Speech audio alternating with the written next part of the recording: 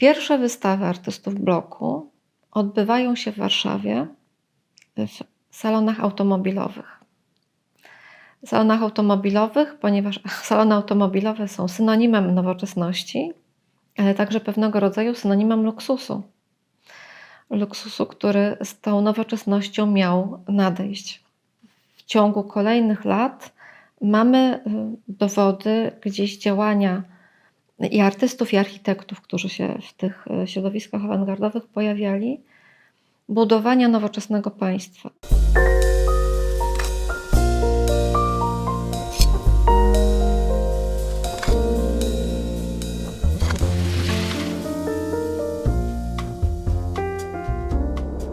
Mówiąc o awangardzie i jej stosunku do kwestii polskości, trzeba ustalić kilka bardzo zasadniczych kwestii.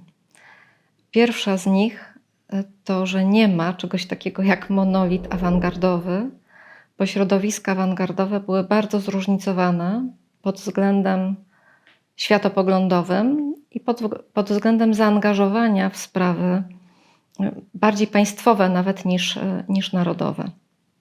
Druga kwestia to jest kwestia kształtowania się środowiska awangardy w Polsce i doświadczeń awangardowych artystów w okresie I wojny światowej i w okresie kształtowania się granic państwa polskiego od 1918 roku aż do traktatu ryskiego. Dlaczego to jest ważne?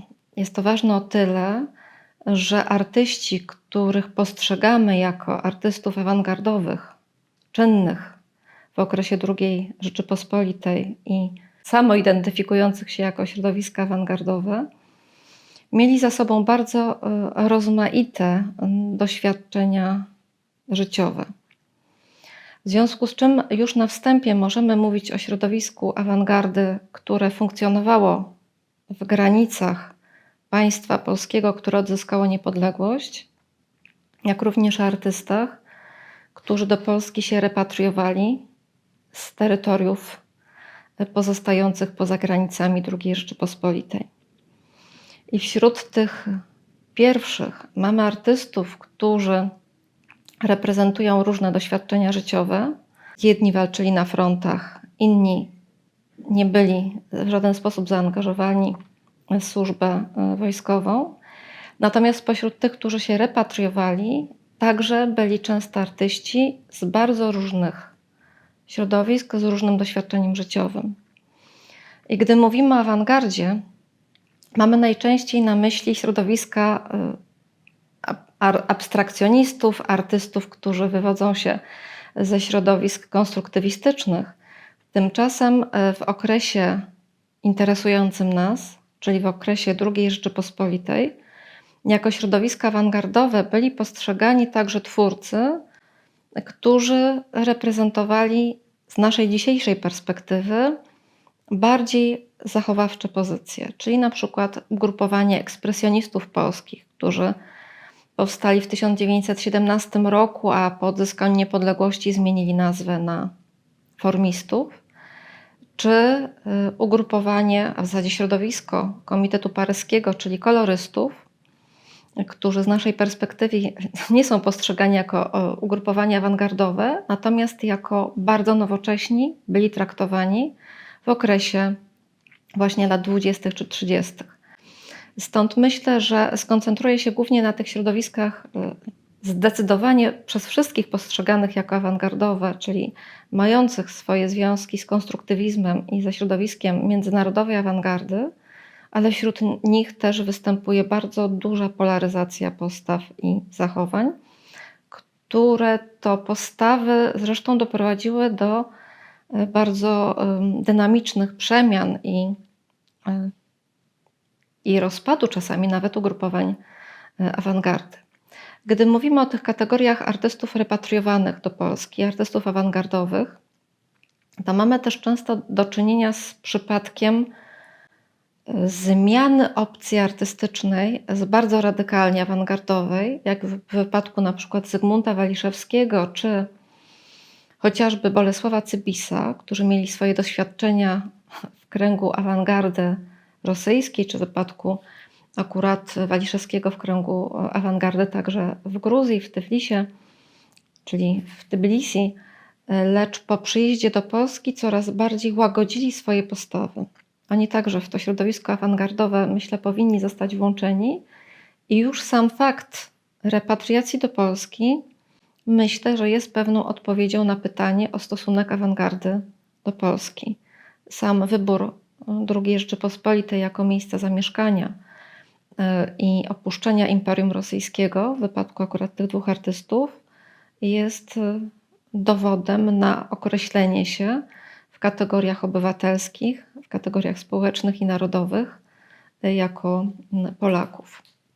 W wypadku zresztą tych dwóch artystów, których jako pars pro to wskazuje, często w ogóle ich się nie traktuje w historii sztuki jako artystów awangardowych, bo jak już mówiłam, trochę łagodzili swoje postawy. Natomiast wybór Polski wiązał się z bardzo trudnymi konsekwencjami życiowymi, bo Józef Czapski, wielki przyjaciel i też opiekun Zygmunta Waliszewskiego na przykład, opowiadał o tym, pisał o tym, że Waliszewski w wynajętym maleńkim pokoiku w Krakowie spał na 2 krzesłach, ponieważ nie miał samouszka. Więc to są takie przykłady, może nieoczywiste, ale myślę, że dosyć istotne na temat wyboru tożsamości narodowej i państwowej. Teraz mamy do czynienia także ze środowiskiem tej awangardy, powiedzmy, bliższej koloryzmowi, która jako taka była postrzegana przez instytucje państwowe, czyli koloryści, którzy zresztą w latach 30. nawiązali dosyć bliski sojusz ze środowiskami konstruktywistycznymi, na przykład Bolesław Cybis, pochodził z miejscowości, która po powstaniach i po plebiscytach znalazła się po stronie niemieckiej. Cybis przyjechał do Polski. Wcześniej studiował Jan Cybis, nie Bolesław, Jan Cybis, studiował w Wrocławiu na tamtejszej niemieckiej uczelni, więc również tutaj te zmiany były wynikiem dokonanych świadomie politycznie i narodowo wyborów. Mamy również artystów stricte awangardowych, powiązanych właśnie z tym środowiskiem awangardy międzynarodowej, awangardy konstruktywistycznej, którzy także bardzo różne postawy sobą reprezentowali, natomiast w różnego typu działaniach opowiadali się w jakiś sposób w stosunku do kategorii państwowości czy kategorii narodowości. I myślę, że tutaj takim dosyć ciekawym też przykładem będzie chociażby sam początek tworzenia się z tych różnych osób o różnych doświadczeniach życiowych, o różnych doświadczeniach I wojny światowej, z bardzo różnym bagażem, również naukowym czy artystycznym, środowiska awangardowego w Polsce. Najpierw konsolidującego się wobec czasopisma Zwrotnica, założonego przez Tadeusza Pejpera w Krakowie, gdzie artyści awangardowi publikowali swoje teksty. Jeszcze zanim doszło do pierwszej wystawy w 1923 roku, która środowisko awangardowe zebrała w Wilnie, do której za moment nawiążę. To czasopismo Zwrotnica pokazuje już na samym początku tworzenia się wspólnego grona awangardowych twórców dość wyraźną polaryzację postaw i stosunku do kwestii i państwowych, i kwestii ideologicznych. A mianowicie na łamach tego czasopisma możemy znaleźć sąsiadujące ze sobą teksty Mieczysława Szczuki, bardzo radykalnego artysty awangardowego, wykształconego w Szkole Sztuk Pięknych, który nie uczestniczył w działaniach I wojny światowej, który spędził większość czasu wojennego w Warszawie, zresztą budząc wielkie nadzieje wykładowców na jego rozwój artystyczny, który już na początku lat 20. związał się bardzo mocno z Komunistyczną Partią Polski, z którą bardzo wyraźnie sympatyzował i z którą współpracował także w okresie późniejszym. i przez kontakty z artystami środowiska żydowskiego, z awangardą żydowską, warszawską, literacką przede wszystkim, ale także artystyczną, miał kontakty ze środowiskami rosyjskich artystów żydowskich, na przykład z Lisickim, który pojawiał się w Warszawie jako początkowo artysta żydowski, a potem jako artysta radziecki, agitując bardzo mocno na rzecz sztuki zaangażowanej ideologicznej.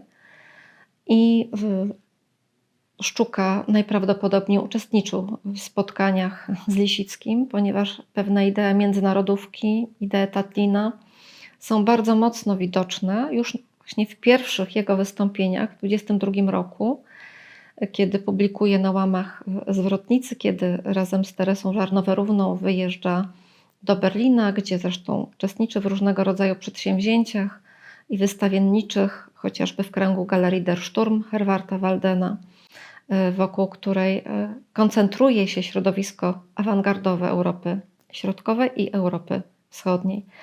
I Szczuka na przykład jest zwolennikiem produktywizmu, jest zwolennikiem propozycji, jakie zgłaszają artyści awangardy radzieckiej, mocno zaangażowanej ideologicznie.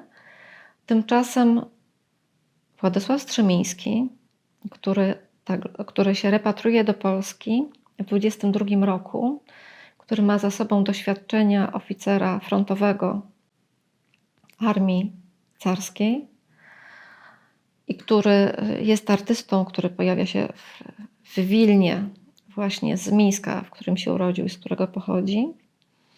Na łamach tej samej zwrotnicy Pejpera publikuje tekst Notatki o sztuce rosyjskiej, który jest miażdżącą krytyką podporządkowania sztuki ideologii państwa sowieckiego i który bardzo mocno rozprawia się z przedstawicielami czołowej awangardy radzieckiej za zaprzedanie wolności artystycznej i podporządkowanie sztuki celom propagandowym i celom ideologicznym, czyli instrumentalizację sztuki. Czyli już na łamach tej zwrotnicy w 1922-1923 roku, bo tekst jest publikowany w 2 odcinkach, mamy bardzo wyraźne określenie, że sztuka nie może być narzędziem, że artysta musi działać w wolności. Co nie oznacza, że artysta nie ma podejmować różnego rodzaju działań na rzecz państwa, czy na rzecz kwestii narodowych, bo na te tematy bardzo często i bardzo zdecydowanie i stanowczo Strzemiński się wypowiadał, zarówno swoją twórczością, jak i w tekstach teoretycznych publikowanych na łamach polskiej prasy. Strzemiński zresztą w tym tekście zgłasza akces, żeby powrócić, zresztą cała redakcja zwrotnicy, żeby mógł repatriować się do Polski Kazimierz Malewicz, podkreślając polskość tego artysty i jego zasługi dla kształtowania się środowiska awangardy w Rosji radzieckiej. Jeżeli już jesteśmy przy Strzemińskim, to chciałabym się przy nim trochę dłużej zatrzymać z kilku powodów, ponieważ jest to przypadek najbardziej radykalnego chyba artysty awangardowego w Polsce. Artysty, którego twórczość dość wnikliwie badałam, więc mogę się do niej jako pars pro toto tutaj dość szczegółowo odnieść. Jest to przypadek artysty, który właśnie pokazuje, że stosunek do państwa w środowisku awangardy może być bardzo żarliwy i gorący, a równocześnie nieoczywisty. Strzemiński w 1923 roku razem z Witoldem Kajruksztisem, który przybył do Polski także z Rosji, a był pół Polakiem i pół Litwinem, tworzą w Wilnie, ponieważ tam zamieszkują, pierwszą wystawę nowej sztuki, na którą zapraszają artystów ze środowiska awangardy warszawskiej. Dlaczego ja mówię o tej wystawie? Ta wystawa od razu mówi, i towarzyszące jej publikacje i wydarzenia mówią o tym, że sztuka nowoczesna ma powstawać na bazie wszystkich dotychczasowych doświadczeń sztuki nowoczesnej, czyli nie ma odcięcia się od tradycji, a równocześnie, że sztuka nowoczesna, w tym sztuka awangardowa, ma być formą nowego klasycyzmu. I już na tej pierwszej wystawie środowiska awangardowego, na której prezentują swoje prace poza Strzemińskim i Kairó Krztisem także Karol Kryński, Henryk Stażewski, Szczuka czy inni twórcy, Władysław Strzemiński wystawia projekt dworca kolejowego w Gdyni. Jest to bardzo prosta bryła z wyraźnie wyznaczonymi funkcjami i liniami pionowymi i poziomymi, która wpisuje się w najnowsze tendencje architektury europejskiej, zachodnioeuropejskiej. Jest projektem samym tylko kompozycyjnym, bez żadnego detalu, bez żadnego wykończenia. Natomiast już w tym 23 roku Strzemiński owym projektem dworca kolejowego w Gdyni, który jest jego takim osobistym głosem, niezgłoszonym na żaden konkurs i nie wysyłanym do żadnych czynników rządowych, proponuje bardzo funkcjonalistyczną i bardzo nowoczesną formę architektoniczną. Tymczasem Gdynia, która powstaje jako zupełnie nowy ośrodek i która ma się z powodzeniem rozrosnąć do największego portu, najbardziej nowoczesnego portu na Bałtyku, który w założeniu miał obsługiwać nie tylko państwo polskie, ale także państwa ościenne, ma dworzec, powstaje tam dworzec, który nawiązuje do historyzujących form architektury dworkowej, do architektury XVIII wieku i który swoją formą jest zupełnie nienowoczesny i który swoją skalą zupełnie nie przewiduje możliwości i tej konieczności przerobowych, jeżeli można tak powiedzieć, wielkiego portu pasażerskiego i portu towarowego, do którego będą przybywały rzesze osób z terenów całej II Rzeczypospolitej i w poszukiwaniu pracy, i również w celach turystycznych. W związku z czym, nie wypowiadając się jeszcze na tematy państwowe i nie uczestnicząc w żadnym życiu, powiedzmy, narodowym czy państwowym, już tymi dwoma gestami, tekstem o sztuce rosyjskiej i wystawą nowej sztuki w Wilnie, na której ten projekt dworca jest pokazywany, widzimy już wyraźnie, że sprawy państwa nie tylko awangardę interesują, w wypadku Strzemińskiego, ale nawet budzą duże emocje i prowokują do propozycji bardzo nowoczesnego traktowania nowych inwestycji i budowlanych, infrastruktury miejskiej i kwestii logistycznych. I ten rys nowoczesności, która ma służyć państwu, wydaje mi się być naczelną cechą działalności awangardy w Polsce, tej, która nie zgłosiła akcesu do Komunistycznej Partii Polski. Nawet jeżeli przejawiała bardzo wyraźne sympatie, na przykład lewicowe. Bo tutaj też myślę, że trzeba zrobić bardzo ważne zastrzeżenie, że to, co jest lewicowe, może być traktowane jako demokratyczne, prodemokratyczne, a nie prokomunistyczne. I w moim odczuciu na przykład działalność Strzemińskiego, bardzo zaangażowana w sprawy państwowe, o czym jeszcze za moment powiem, konsekwentnie bardzo, jest przejawem postawy pozytywistycznej pracy u podstaw i dbania o to, żeby państwo polskie było nowoczesne i żeby służyło rozwojowi jego mieszkańców przez oswajanie owych mieszkańców z kategoriami nowoczesności. Czyli w pewnym sensie nowoczesne państwo miałoby oznaczać nowoczesne społeczeństwo, a nowoczesne społeczeństwo w nowoczesnym państwie z nowoczesnym przemysłem i z nowoczesną infrastrukturą, także transportową, i z nowoczesną organizacją oznaczałoby dobrobyt. I znowu posłużę się przykładem, może nie jakoś spektakularnie oczywistym, ale wydaje mi się, że wiążącym się z tym, o czym w tej chwili mówię, że ta kategoria budowania nowoczesnego państwa jest niemalże refrenem różnorodnych działań środowiska awangardowego. Bo ta wystawa, pierwsza wystawa awangardy w Polsce, wystawa nowej sztuki w Wilnie, odbywa się w kinoteatrze, czyli w nowoczesnym gmachu. Nowoczesne gmachy kinowe powstają właśnie w latach 20. I wybranie nowoczesnego, funkcjonalnego budynku na prezentację wystawy jest też zwróceniem uwagi na nowoczesność w takim życiu codziennym społeczeństwa.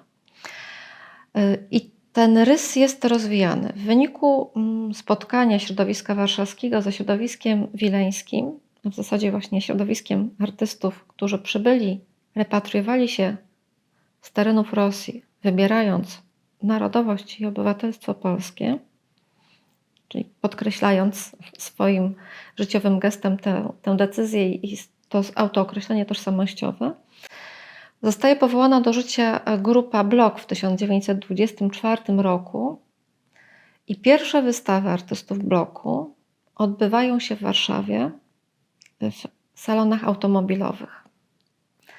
Salonach automobilowych, ponieważ salony automobilowe są synonimem nowoczesności, ale także pewnego rodzaju synonimem luksusu. Luksusu, który z tą nowoczesnością miał nadejść. I zarówno wystawa Bloku, jak i wystawa indywidualna artysty należącego do Bloku, Henryka Berlewiego, odbywa się właśnie w salonie automobilowym. I znowu tutaj na moment się jeszcze zatrzymam przy tej wystawie, czy przy tych wystawach w 1924 roku, ponieważ Henryk Berlewi ma za sobą doświadczenie współpracy właśnie z Lisickim, który odwiedzał go w jego mieszkaniu, który w jego mieszkaniu wygłaszał wykłady, czy mowy na temat sztuki awangardy radzieckiej.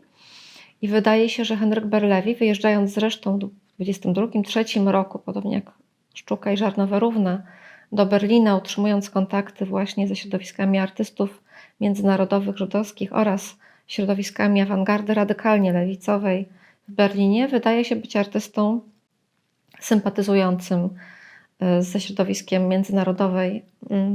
międzynarodówki komunistycznej. Tymczasem Henryk Berlewi w połowie lat 20. przechodzi na zupełnie inne pozycje i nie tylko w swoich działaniach, ale także w sztuce coraz bardziej klasycyzuje swoje poszukiwania i wyjeżdża na zachód Europy, żeby gdzieś odejść zarówno od środowiska takiej radykalnej awangardy, jak i od tego typu działań stricte politycznych. Natomiast Mieczysław Szczuka, który w okresie I wojny światowej nie przejawia żadnych sympatii komunistycznych, nawiązuje właśnie na początku lat 20. wyraźną współpracę z Komunistyczną Partią Polski. Także te decyzje są bardzo nieoczywiste i wybory polityczne, czy też opcje polityczne przekładają się bardzo wyraźnie między innymi na rozwój środowiska awangardowego.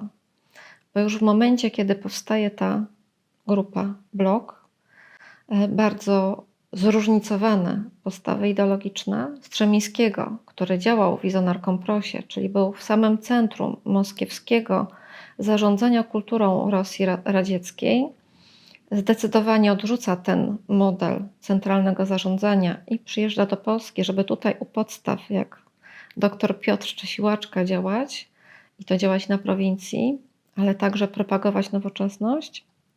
Odcina się od właśnie ideologii sowieckiej radykalnie. Tymczasem Mieczysław Szczuka, który nie miał żadnego kontaktu z rzeczywistością radziecką, sympatyzuje z Komunistyczną Partią Polski. Wracając jeszcze do Strzemińskiego. Strzemiński, działając na polu sztuki bardzo aktywnie, zabierał kilkakrotnie głos na temat tego, jak ta polska sztuka miałaby funkcjonować. Między innymi w czasopiśmie Blok ukazała się publikacja na temat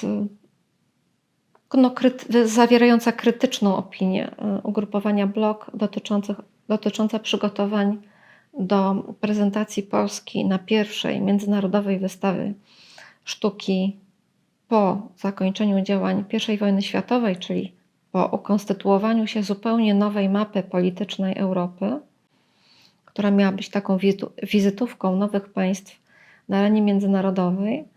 i wydawało się, że awangarda, ponieważ była bardzo krytyczna wobec propozycji zgłaszanych przez Polaków do pawilonu polskiego, kontestuje całkowicie tego typu działania reprezentacji Polski na arenie międzynarodowej. Tymczasem ustalenia z ostatnich 20 lat pokazują, że awangarda zgłosiła akces do tej wystawy i była do tej wystawy zaproszona, czyli ta współpraca środowisk rządowych z awangardą miała się rozwijać dość łagodnie.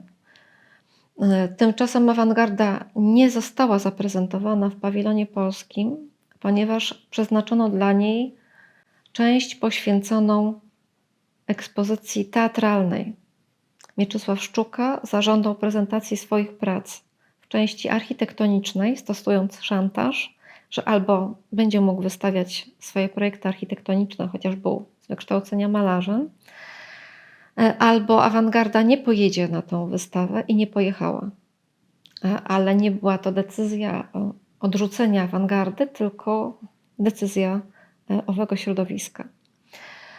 Jak już mówiłam, ta polaryzacja postaw doprowadziła do rozpadu ugrupowania Blok bardzo szybko, już w 1926 roku, więc grupa przetrwała zaledwie 2 lata z różnymi tam tarciami ideologicznymi.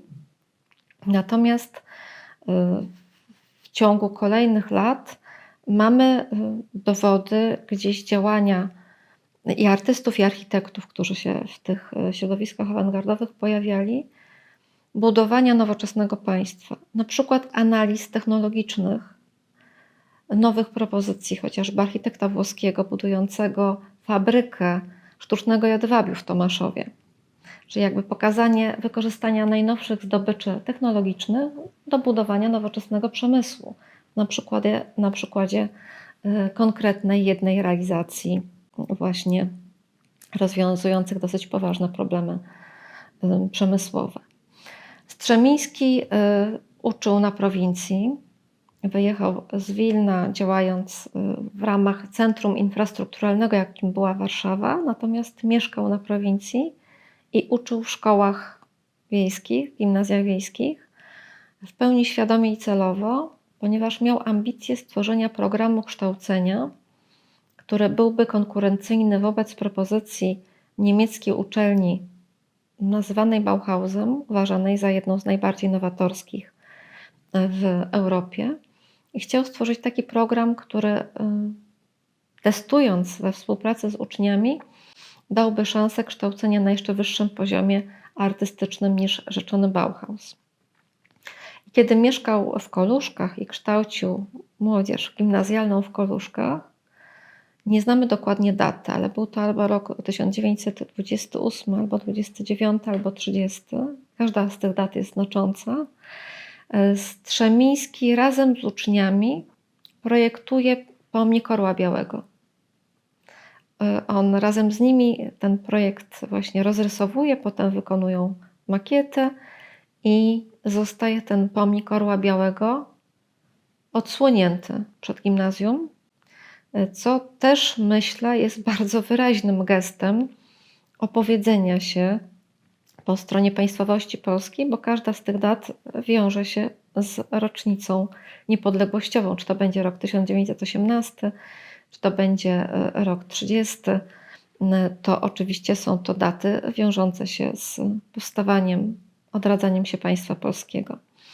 Więc ten pomnik Orła Białego tutaj jest takim bardzo wyraźnym, myślę, gestem ze strony Strzemińskiego, który po stronie państwa polskiego się opowiada i po stronie wolnego wyboru przynależności państwowej i narodowej, także na poziomie kształcenia elementarnego młodzieży i artystycznie, i również pod względem postaw patriotycznych. I tu pozwolę się odnieść do publikacji mojego znakomitego kolegi Andrzeja Turowskiego, który tego typu działania Strzemińskiego postrzegał jako pewnego rodzaju działania lojalnościowe wyniesione jeszcze z okresu funkcjonowania w Imperium Rosyjskim. Znaczy nie cytuję tutaj dosłownie, to jakby przytaczam myśl z pamięci.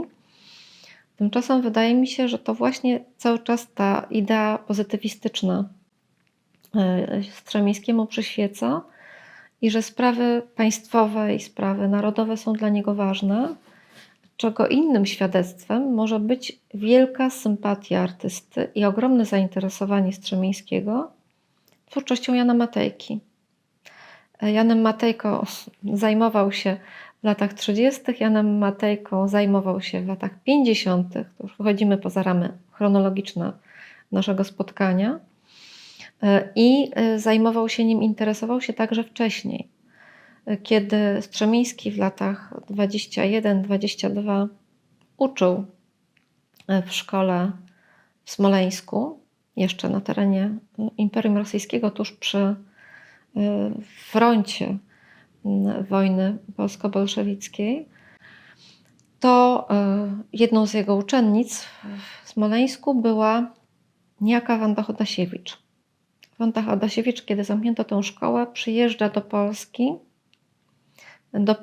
do Warszawy, gdzie podejmuje naukę w Szkole Sztuk Pięknych w Warszawie i w swoich wspomnieniach opublikowanych w latach 60. już jako Nadia Leger, to jest ta sama postać, późniejsza żona Fernanda Legera, wspomina, że jechała do Polski, bo w Polsce działał Jan Matejko, czyli gdzieś musiała o tym Janie Matejce usłyszeć i najpewniej było to zasłyszane od Strzemińskiego. Więc tutaj ta również wiedza i zainteresowanie pewną tradycją obrazową, także polityczną, historyczną, przy zainteresowaniu Matejką także ze względu na wartości formalne jego sztuki, też jest nieoczywistym, ale myślę ważnym punktem odniesienia, gdy mówimy o stosunku polskiej awangardy do kwestii polskości. Tutaj dodam jeszcze jedną kwestię. Strzemiński studiował w Petersburgu, w szkole wojskowej, do której było się bardzo trudno dostać Polakom, zwłaszcza po udziale licznych absolwentów tej szkoły w powstaniu styczniowym, gdzie bardzo ostro cięto liczbę przyjętych studentów. Strzemiński w Petersburgu mógł się spotykać z różnego rodzaju gestami patriotycznymi, również z obchodami rocznicowymi, między innymi bitwy pod Grunwaldem, bo różnego rodzaju środowiska patriotyczne, które miały utrudnioną działalność na terenie powiedzmy dawnego Królestwa Kongresowego, mogły dość swobodnie manifestować swoje sympatie patriotyczne także w Petersburgu. Więc ta kwestia Matejki może się wiązać z rodziną pochodzeniową, czyli z polską rodziną z Mińska, ale również może się wiązać z kontaktami ze środowiskami polskimi, bardzo licznymi w przedrewolucyjnym i przedpierwojennym w Petersburgu. Więc tutaj ta kwestia na Matejki też jest istotna. Mamy również inne ślady zaangażowania artystów w kwestie państwowe, jeszcze pozostając przy wspomnianym Strzemińskim. Strzemiński razem z Przemysławem Smolikiem, razem z Leonem Chwistkiem opublikował książkę nakładem wydawnictwa Bibliofilów w Łodzi o sztuce nowoczesnej. I tam znalazł się esej Strzemińskiego o sztuce nowoczesnej w Polsce, gdzie on bardzo dokładnie, bardzo precyzyjnie wyjaśnia, dlaczego jest przeciwnikiem stosowania stylów historycznych, na przykład w architekturze polskiej, dlaczego jest przeciwnikiem prymitywizmu i wątków folklorystycznych w sztuce polskiej. Z tego przede wszystkim powodu, bo tych przyczyn jest bardzo dużo, że one po pierwsze powstrzymują rozwój nowoczesnego państwa i nowoczesnego społeczeństwa poprzez patrzenie wstecz, ale równocześnie, i to jest bardzo ważne, myślę, z punktu widzenia stosunku awangardy do państwa, że one pokazują zafałszowany i w pewnym sensie ahistoryczny i niepochlebny wizerunek państwa polskiego na arenie międzynarodowej. Że pokazujemy się jako państwo, które jest zacofane cywilizacyjnie i tkwi cały czas w XVIII wieku lub też w czasach piastowskich. I tu właśnie dość duży krytycyzm na przykład do działalności artystów promujących ludowość, czy prymityzm, czy folkloryzm i początkowo także dość nieprzychylny stosunek na przykład do wspomnianych przeze mnie już formistów, ze względu właśnie na te wątki prymitywizujące i nawiązanie do folkloru i wątków piastowskich, które budowały wizerunek Polski jako państwa nienowoczesnego, niewspółczesnego. Natomiast jeżeli mówimy o przykładach pozytywnych budowania państwa polskiego i relacji awangarda-państwo, to po rozpadzie ugrupowania Blok powstało ugrupowanie Prezens, do którego przystąpili artyści awangardowi, w tym m.in. właśnie Strzemiński, m.in. Starzewski, m.in. Katarzyna Kobro, jeszcze kilkoro innych artystów, którzy połączyli się z nowoczesnymi architektami. I tu dość ciekawa kwestia, bo nie tylko pojawia się pewna otwartość środowisk awangardowych na współpracę z różnymi instytucjami państwowymi, bo na przykład już w 1924 roku artyści awangardowi zostali zaproszeni do prezentacji polskiej sztuki w Rydze, dokąd zresztą udał się Strzemiński osobiście. Więc ta otwartość na nowoczesność awangardy była także w państwie i awangarda na tę otwartość na współpracę odpowiadała, mimo że od 1922 roku nie mieliśmy Ministerstwa Sztuki i Kultury, które zostało zlikwidowane. I do końca istnienia II Rzeczypospolitej mieliśmy tylko Departament czy Wydział Kultury przy Ministerstwie Wyznań Religijnych i Oświecenia Publicznego. Ale jednak gdzieś wzajemny szacunek państwa do awangardy i awangardy do państwa, przy całej, jeszcze raz podkreślam, wolności decyzji i wyboru, bez angażowania się w kwestie stricte polityczne i ideologiczne, był bardzo wyraźny. W 1929 roku na 10-lecie państwa polskiego zorganizowano w Poznaniu wielką wystawę, powszechną wystawę krajową, w której uczestniczyła także awangarda bardzo aktywnie. I tutaj znowu przypis pozwolę sobie zrobić. Ta wystawa była bardzo ważną wystawą nie tylko dla środowiska polskiego, dla całego społeczeństwa polskiego, bo jakby miała podsumować 10 lat istnienia państwa polskiego. Odbywała się w Poznaniu, który do zakończenia działań I wojny światowej był pod władzą Niemiec i gdzie dla Wilhelma II zbudowano zamek, manifestując gdzieś niemieckość tego miejsca. Ale również Poznań był bardzo trudnym miejscem wyboru tej wystawy, ponieważ Poznań w 1926 roku opowiedział się po przewrocie majowym radykalnie przeciwko działaniom Piłsudskiego. I Piłsudski wtedy obiecał, że jego noga nie postanie w Poznaniu. I obietnicy tej dotrzymał. Więc organizowano wielką wystawę na 10-lecie państwa polskiego z obrażonym na Poznań Piłsudskim. Uratowano sytuację. Prezydent Mościcki przyjechał na otwarcie tej wystawy oraz Aleksandra Piłsudska z córkami. Niemniej jednak ta wystawa była bardzo ważna wizerunkowo i wewnętrznie, i zewnętrznie, ponieważ była bardzo uważnie obserwowana przez dziennikarzy niemieckich, u których budziła pewien niepokój.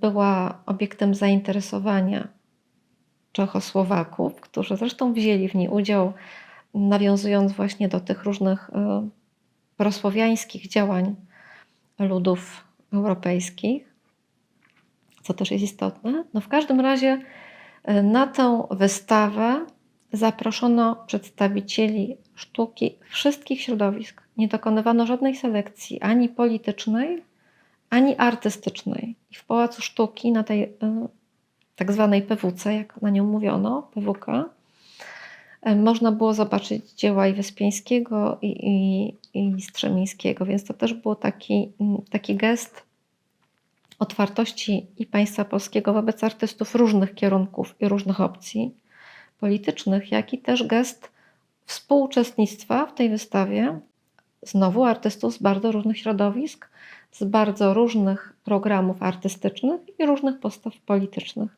ideologicznych.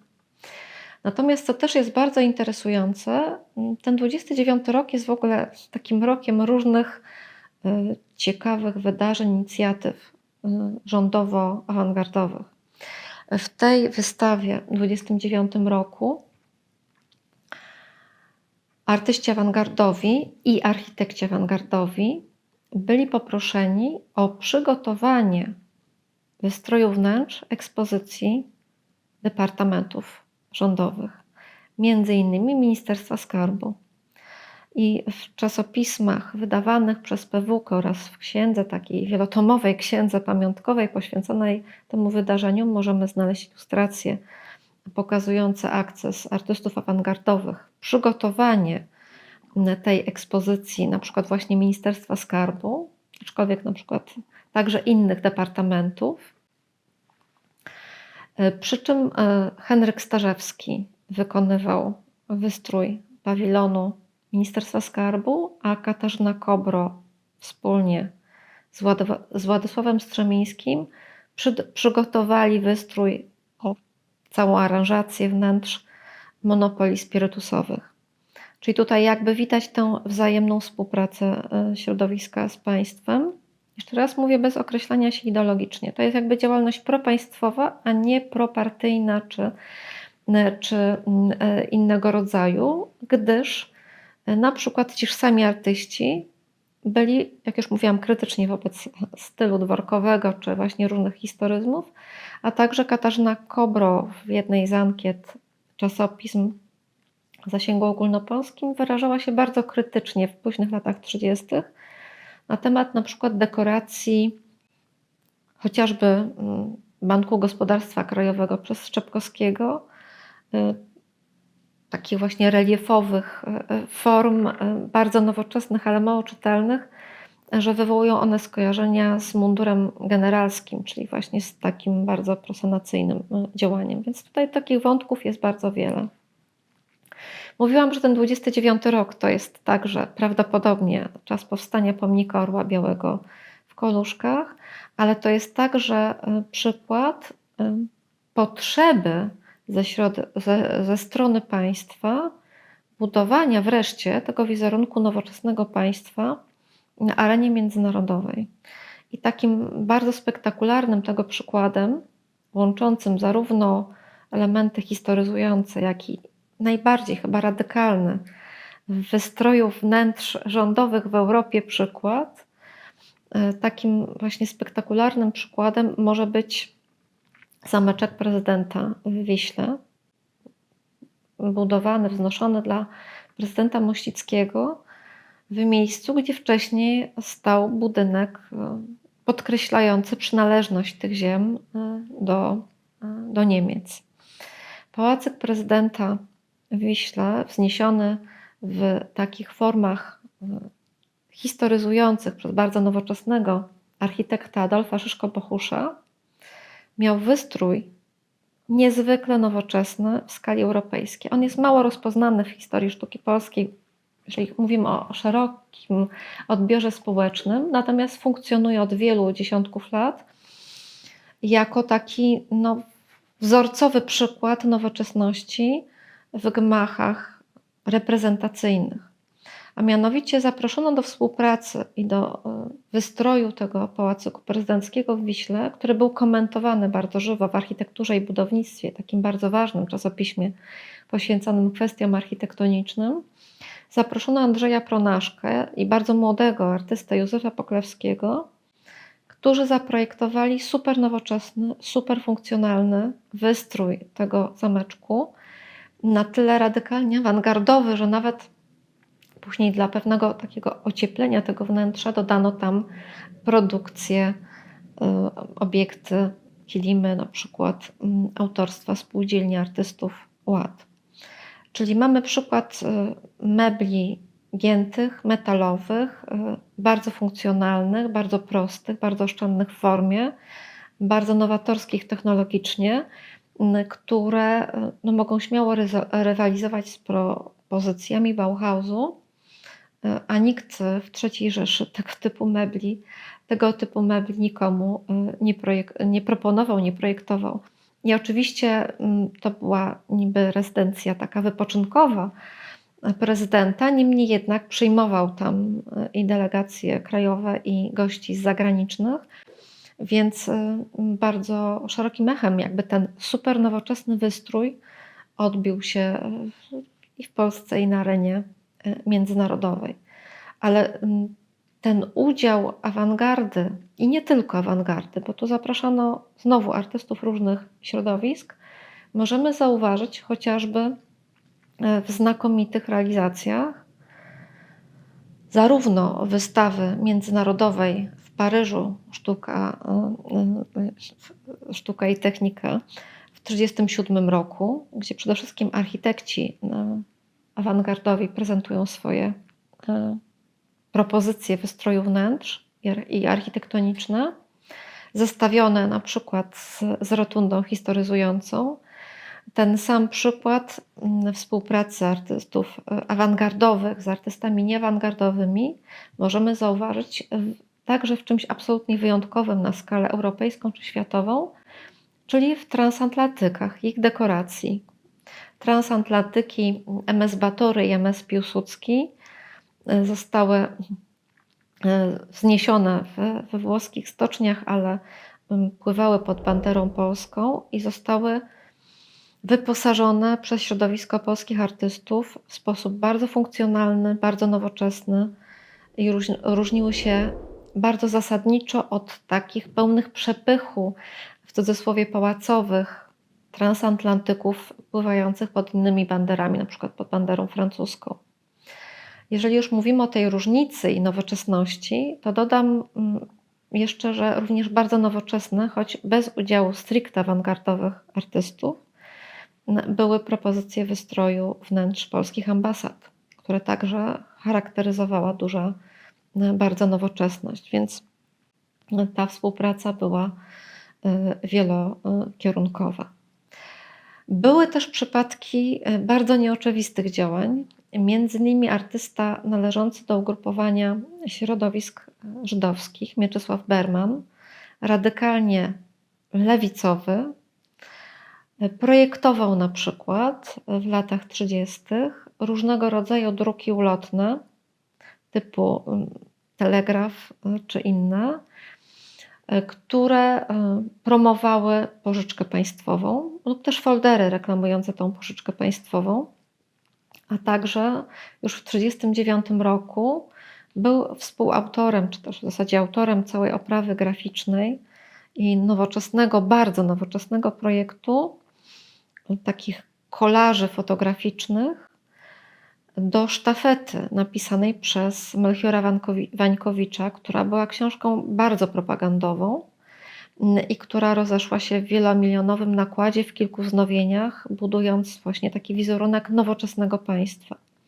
Ten sam Mieczysław Berman, zdeklarowany jako artysta żydowski i zdeklarowany jako artysta lewicowy, był reprezentowany swoim plakatem Pocisk na wystawie w 1937 roku i ten pocisk zdobył nagrodę Grand Prix właśnie na wystawie w Paryżu, więc te relacje awangarda-państwo były rzeczywiście czasami bardzo różnorodne i bardzo, bardzo otwarte. Także gdy mówimy o tych różnego rodzaju przedsięwzięciach, działalności, wypowiedziach teoretycznych na temat państwa polskiego, czy zaangażowaniu, różnym stopniu zaangażowania artystów w sprawy polskości, myślę, że musimy wziąć pod uwagę kwestię niezwykle istotną, że awangarda nie jest monolitem, to co powiedziałam na początku, i te postawy po pierwsze się dość mocno czasami polaryzowały, a po drugie zdarzało się, jak w wypadku chociażby Henryka Berlewiego, że się bardzo zmieniały w czasie, jak również, jak pokazuje przypadek Mieczysława Bermana, nie były wcale oczywiste i nie zawsze współpraca i tworzenie wręcz stricte propagandowych dzieł, takich jak właśnie te foldery pożyczki państwowej, nie zawsze przekładały się na ich własne jakby sympatie polityczne czy postawy